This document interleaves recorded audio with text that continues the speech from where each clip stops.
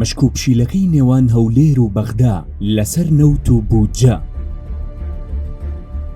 لە ڕۆژی 19 پێنجی 2020 وەزیری دارایی عێراق عەلی عەلاوی داوایەکی سێخاڵی بۆ مەسرور بارزانی سەرۆکی حکومەتی هەرێم نارد لەسەر بابەتی ڕێکەوتنی نێوان هەولێر و بەغدا لە ماوەی 30 ڕۆژدا و ڕادەستکردنی نەوت و دروستکردنی لیژنەیەکی دارایی کە سەرپەرشتی و چاودێری و پێداچوونەوە بۆ هەموو داهاتەکانی هەرێمی کوردستان بکات. بەوپێی لەو کاتەدا هەرێمی کوردستان لە دۆخێکی هێندە خراپ بوو کە نرخی نەوت لە خوار $30 بوو. هەمان ڕۆژ کە دەکاتە 19 مانگ مەسرور بارزانی بەپەلا لە ڕێگەی ئاواتی شێخ جەناب وەزیری دارایی هەرێم بە بەغدای وت بەڵێ ڕازین بە هەموو مەرجەکان و دەست بە گفتوگۆکان دەکەین، بەڵام لەو کاتەوە تاوەکو ئێستا کە 21 ڕۆژە وەفدی هەرێم نەچۆتە بەغدا. بەپێی زانیارەکانی سولی تایمز هۆکاری نەچوونەکەی وەفدەکەی هەرێم بۆ بەغدا بەشێکی پەیوەندی بە بەرزبوونەوەی نرخی نەوتەوە هەیە کە شاندی هەرێم دەیانەوێ ئەوە بکەنە بیان و بۆ سوکردنی مەرجەکانی بەغدا لە سەریان. هەفتەی ڕابردووش لە گفتوگۆیەکی سولی تایمزدا ئەحمەدی حاجی ڕەشید ئاماژەی بەوە کرد حکومەتی هەرێم تا ئەو کاتە پابەندی ڕێکەوتن لەگەڵ بەغدا دەبێت کە نرخی نەوت نزم بێت، دواتر کە نرخەکە بەرز بۆوە پابند نابێت، بەڵام ئەم جارە بەغدا متمانە بە هەرێم ناکات. من قەناعتم وایە ئەگەر سەری نەوت بەرز بێت و هەرێم هیچ پابەندیەک ناکا و نەوتی خۆی ئەفرۆشێت و بەو شێوەی کە پێشوو ئیدارەی داوە ئیدارەدا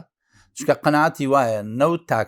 تاکە کارتە لە دەستیابێ باشە، بەڵام ئەگەر نەوت بەرز نەبێتەوە هەرێمی کوردستان ناچارە ڕازی بێ بەو ئیتفاقی کە لەگەڵ عێراقەکە. ئەوان ئەو متمانەیشیان بە هەرێمی کوردستان نییە وەکو جاران تەخمینی ئێراداتیان بۆ بکا بڵێ 400 میلیارد هاتمان هەبوو. هەرچەندە عەلی عەلاوی وەزیری دارایی عێراق بەڕوونی لە نامەیەکدا نووسیویەتی بە هیچ شێوەیەک 1 دینار بۆ حکومەتی هەرێم نانێرێت ئەگەر ڕێکەوتن نەکرێت تا 19 ئەم مانگە، بۆیە هەرێمی کوردستان لە بەردەم مەترسیەکی گەورەی دارایی و سەرکێشیەکی تری پارتیدایە بەهۆی بەرزبوونەوەیەکی کاتی نرخی نەوتەوە. ئومێد حەمە ڕۆژنامەنووس لە شاری بەغدا لە فەیسبووکی خۆی نووسیویەتی عێراق داوای لێپێچینەوە دەکات لە پارە و داهاتی نەوتی کەرکووک لە 2014ەوە تا 16 ئۆکتۆبەری 2017 کە چی لێ هاتووە و بۆچی سەرف کراوە. بەپێی زانیارەکانیش بە هیچ شێوەیەک شاندەکەی هەرێم ناچێتەوە بەغدا و بە تەمان هەفتەی داهاتوو سەردان بکەن، ئەویش بەمەرجی ئەوەی بەغدا بودجەی ساڵی 2014 و 15 و 16 و 17 بدەن، چونکە پێشتر مەرجی بەغدا بۆ هەرێم تەسلیمکردنی نەوت بوو، اینجا بودجە دەنێرێت، بەڵام ئەوە بوو هەرێم نەوتی ڕادەست نەکرد و بەغداش بودجەی هەرێمی ڕاگرت. پێدەچێت ئەمەش جارێکی تر کێشە لە نێوان هەرێم و بەغدا دروست بکاتەوە. تا ئێستاش هیچ ڕوئیەک دیار نییە کە هەرێم بەدیلی چییە بۆ ئەو پارەیە ئەگەر لەگەڵ بەغدا ڕێنەکەوێت. بۆیە ئابووری و بازاڕی هەرێمی کوردستان جارێکی تر کەوتۆتەوە بەرمەترسی و چاودێرانیش پێیان وایە ئەمە جارێکی تر یاریکردنێکی گەورەیە بە چارەنووس و قوتی هاوڵاتیانی هەرێمەوە.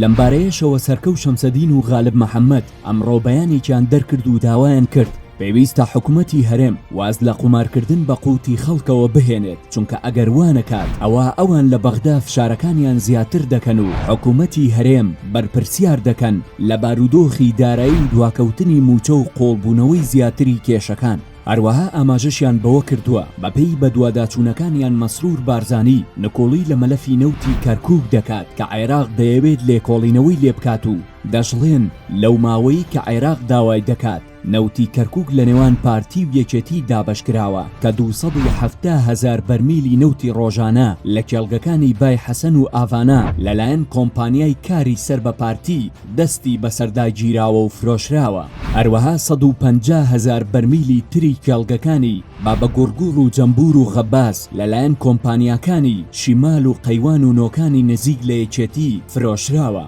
بۆیە ئەگەر داهاتێک دیار نییە دەبێت کۆمپانیاکانی حزب باجەکەی بدەن نەک هاوڵاتیانی هەرێم. لە سەرچاوەیەکی باوەڕپێکراوەوە لە بەغدا سولی تایمز زانیوێتی مستەفا کازمی دەیەوێت ڕێکەوتنێکی کۆتایی و یەکجارەکی لەگەڵ هەرێم بکات تا جارێکی تر بە هیچ شێوەیەک ئەم کێشانە ڕوبەڕووی هەرێم و بەغدا نەبێتەوە و تەرکیز لەسەر قەیرانەکانی تری نێوانیان بکرێت. بەڵام ڕوون نییە مەسرور بارزانی کە پێشتر جارێک ئاواتی شێخ جەناب و جارێک قوبات تاڵەبانی ناردە بەغدا و بەڵێنی تەسلیمکردنی هەموو داهاتێکیدا بۆ ئەم چەند ڕۆژە لەگەڵ بەرزبوونەوەی نرخی نەوت جارێکی تر هەرێمی کوردستان لەمپەر بۆ ڕێکەوتنەکە لەگەڵ بەغدا دروست دەکات و بەدیلی چییە؟ ئەمەش لە کاتێکدایە لە دوای ساڵی 2014 و سیاسەتی بەناو سربەخۆفرۆشتنی نەوتی هەرێم بە پەرەپێدانی نێچیروان بارزانی و پەشگیریکردنی یەکێتی و گۆڕان و حیزبە ئیسلامیەکان کە ئەو کات لە حکوومەت بەشدار بوون هەموو کێشە استراتیژیەکانی وەک مادەی 140 و